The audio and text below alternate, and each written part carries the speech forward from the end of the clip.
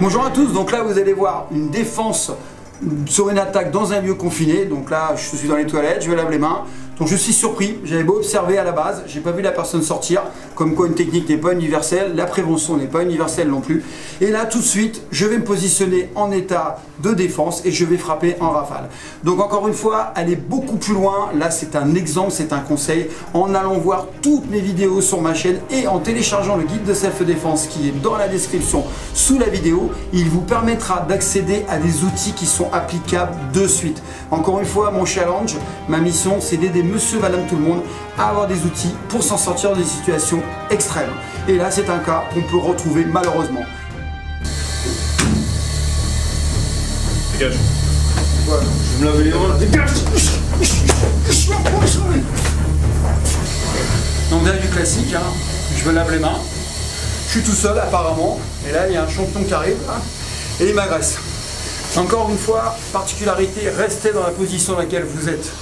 C'est encore une fois la particularité du punch axial, c'est qu'en fait, si je me mets en garde, il va savoir qu'il y a combat. S'il est meilleur que moi, ça va être problématique. On n'est pas dans le rituel, on n'est pas dans le sport. Donc je suis dans cette position, je reste dans cette position. Dès qu'il m'a saisi, d'accord, c'est pas pour danser un slow. Donc là, c'est dangereux. Donc qu'est-ce que je vais faire? Tout de suite, je vais frapper sur le genou pour le déstabiliser. Et encore une fois, créer une distance. Mais je vais assurer derrière en frappant en rafale. Donc qu'est-ce que je vais faire? Je vais taper en marteau au visage. Je vais enchaîner partie génitale. Et là, où la pointe du pied, je vous fais voir, va rentrer dans la tête. Ou alors, ma préférée, je rentre avec le tibia dans la tête. Et je profite de reposer l'appui pour kicker. Encore une fois, j'observe.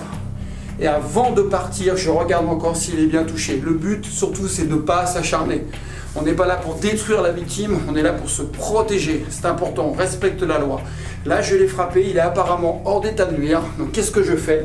Là, maintenant, je vois qu'il est touché, qu'il est à terre, je m'extrais. Et encore une fois, je vais là où c'est le plus proche de la sortie.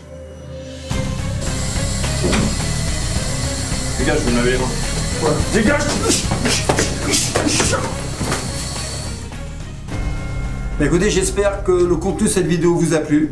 Vous avez appris des choses. Encore une fois, continuez à m'envoyer des idées parce que je me nourris de votre savoir, de vos besoins, de vos connaissances et ça me fait du bien parce qu'en fait je cherche chaque fois une nouvelle technique pour encore une fois vous permettre de vous défendre.